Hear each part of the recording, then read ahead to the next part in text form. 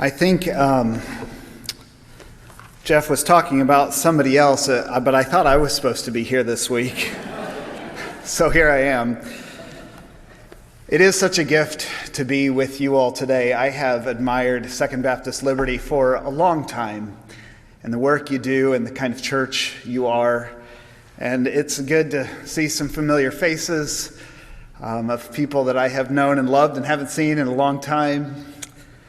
And I do want to say Happy Father's Day to any of those fathers out there, and to any of you who have been like a father to someone who needed that. I've had the gift of being a dad now for about 15 years, and if you happen to have kids, then you know that days like this come along and it reminds you that there are some people out there counting on you, and it reminds you that you're appreciated, and it also sort of reminds you that you really could be a little bit better parent, right? I mean, my brother-in-law, he takes his kids on backpacking trips. And I see that on Facebook, and I think, well, I would probably do that too if I were a better dad. I was just talking to a friend of mine a few weeks ago who was telling me that he was taking his 7-year-old son on the first of many 48-hour trips. Apparently, he does this one-on-one with each of his kids. Each year, he takes each of them on a one-on-one trip for 48 hours to nurture that relationship and to nurture their faith in Christ. And I thought to myself, well, yeah, I should do that too. And well, I probably would if I were a better dad. So, Happy Father's Day. How about you try a little harder this year?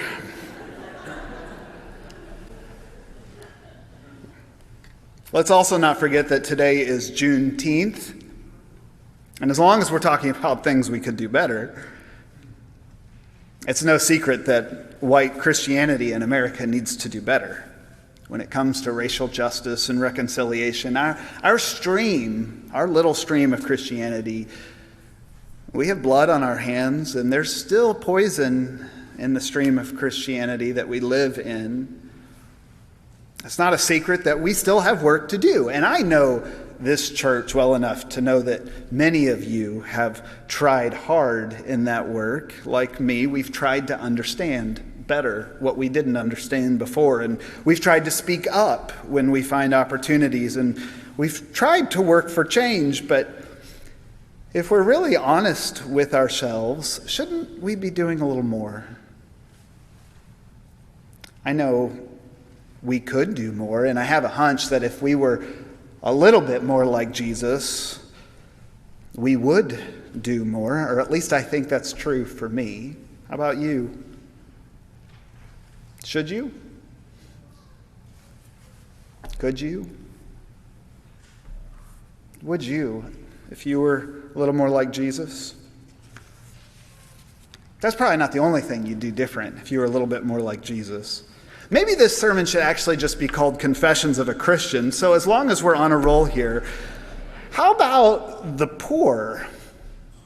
I know Second does a lot for the poor, and I love to see these bags that you're going to be filling and providing food for the poor in your community. But let's be honest, it's a little easier to fill a bag or to put money in a plate than to give our presence, isn't it? And when was the last time you rubbed sweaty shoulders with the poor and the hungry? You don't have to go very far to find them.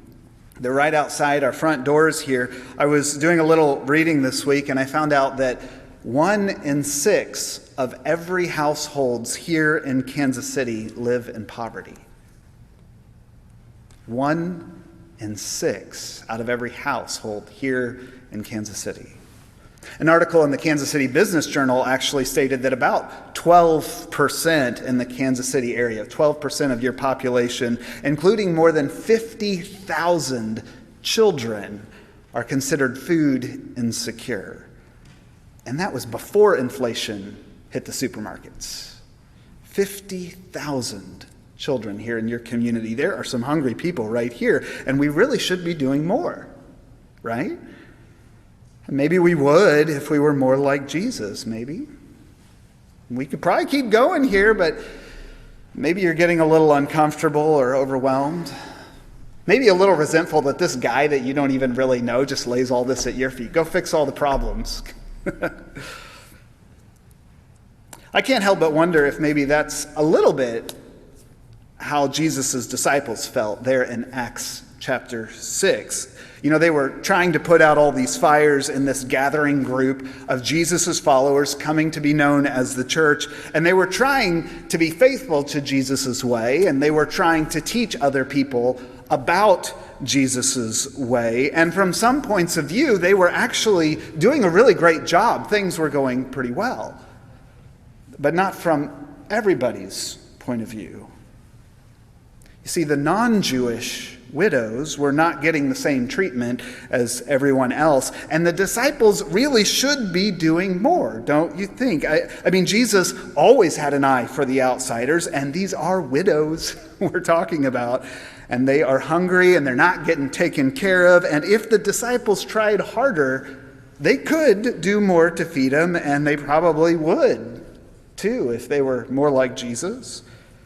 So people are complaining. And they are not wrong to be complaining. This is a real problem. Just like racism today is a real problem, and hunger is, and sometimes being a good parent is. The widows are getting neglected, and that's a serious problem in the life of the church. And the disciples should make sure the poor are taken care of, and these poor in particular, because remember, they're the ethnic minority in their church. It's the non-Jewish widows that are neglected, and they should especially be paying attention to them, don't you think? I mean, come on, people. Let's get it done, right?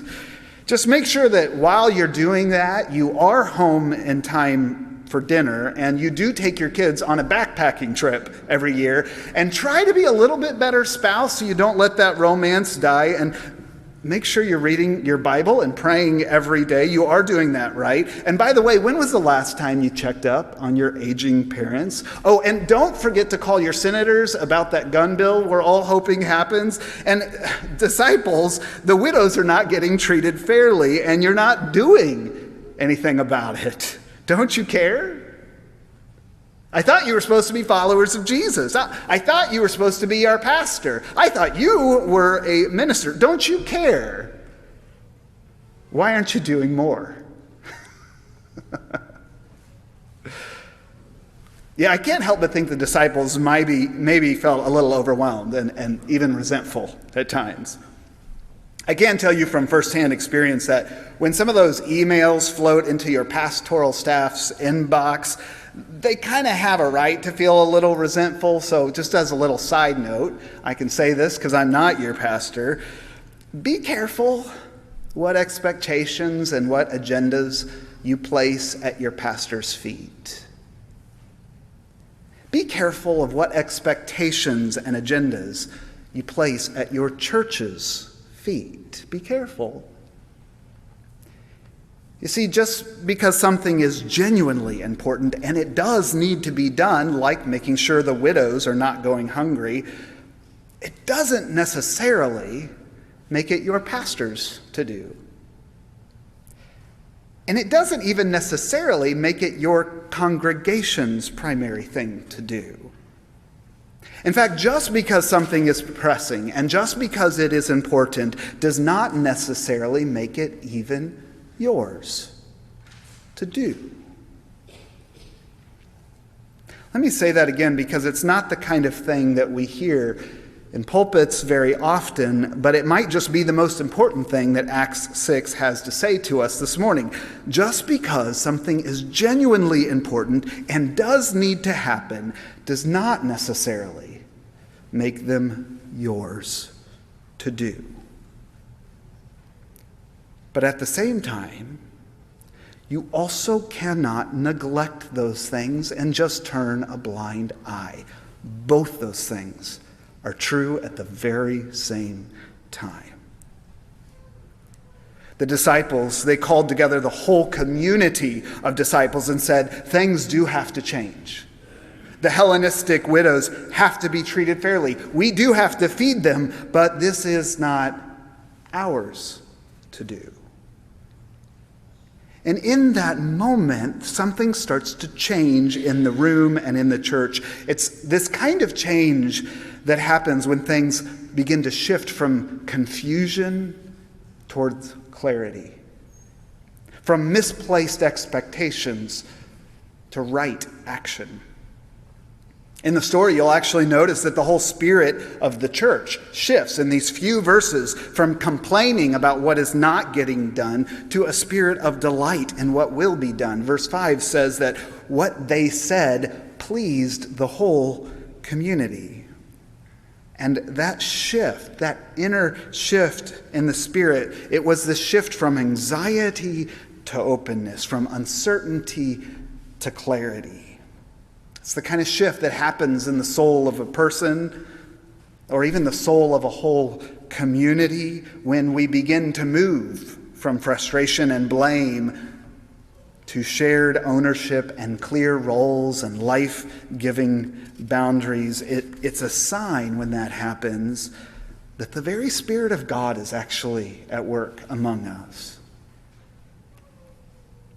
You know, our brothers and our sisters in the Quaker tradition actually are really good at this kind of work, and they would describe this moment as a clearing happening, an opening happening. They might even say that there in Acts chapter 6, way opened before them. I love the way they use language. Way opens before them. Now, I know this summer you all are moving through the book of Acts and you're exploring questions around discernment and what it means to listen to and that sometimes elusive Spirit of God. And Acts is trying to remind us that one of the most important questions when it comes to discerning the movement of the divine Spirit is not just what needs to be done, but the question of what is mine to do and what is not mine to do. In this particular season of my life, in this particular place and time, what is and what is not mine to do? Because there's so much I could do. And there's an endless supply of voices around me telling me what I should do, even an endless sound of a voice in my own head telling me what I could do and what I probably would be doing if I were really a better person. But as people who are committed to the way of Jesus, we are committed to being driven and drawn by the very Spirit of God as Jesus was. And Jesus surprised and disrupted those around him when he said yes to the needs around him. And sometimes Jesus even surprised and disrupted those around him when he said no. No, he said to the Gerasene demoniac just after he healed him, you cannot come with us. You have other work to do. No, he said, when news came to him that Lazarus was dying, it is not my time to go. Martha later says, but you could have saved him. No, Jesus says to the crowds, I won't just give you another sign to make it more clear just because you want one. Remember, Jesus did not do everything and fix everything that needed to be done. He didn't get caught up in everybody else's agenda for his life. Instead, he allowed himself to be led by the Spirit of God. He was led to touch and to heal in ways that were often unexpected. And he was led to teach and to feed and to laugh and to celebrate in ways that were often unexpected. And he was led to pray and to struggle and to love and to weep and to friendship and into community. And eventually he was led to a garden where he prayed for strength and said, Father, take this cup from me, but not my will, your will be done. Jesus was led by the Spirit, and it looked different at different points in his own life, and it looked different at different points even in his own ministry.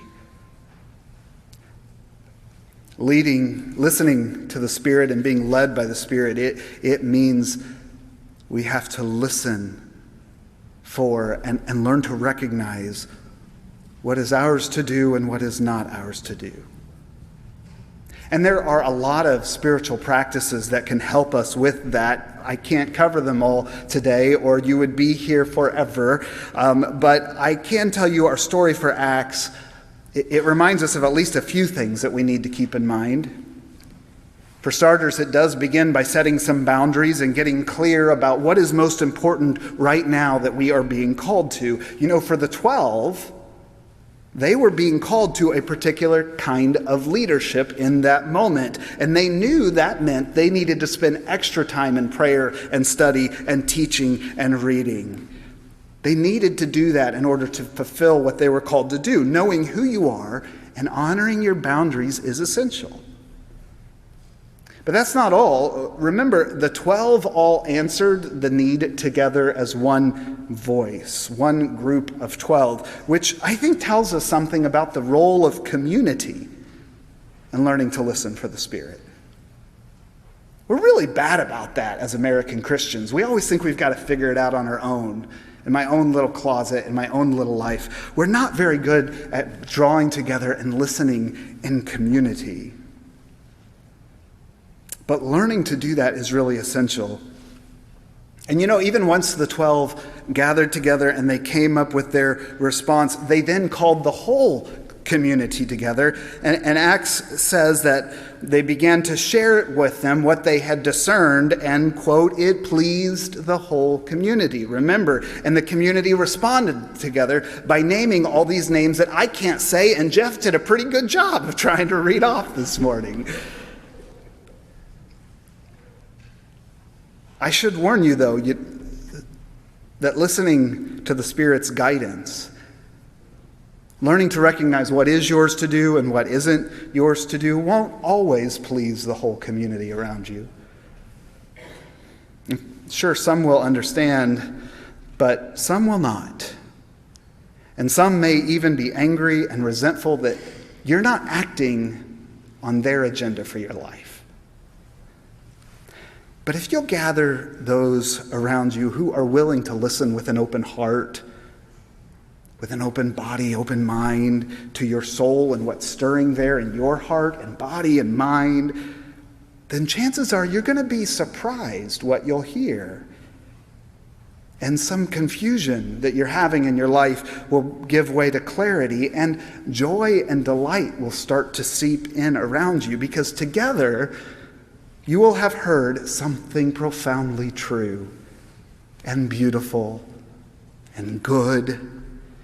And it might not completely make sense at first, but when clearness and openness comes, it's a sign that you're on your way to discovering not what you should or could or would do if you're a better person, but you're actually on your way to discovering where the divine Spirit that gave you life, where the Holy One that created you and loves you and delights in you is leading you to now.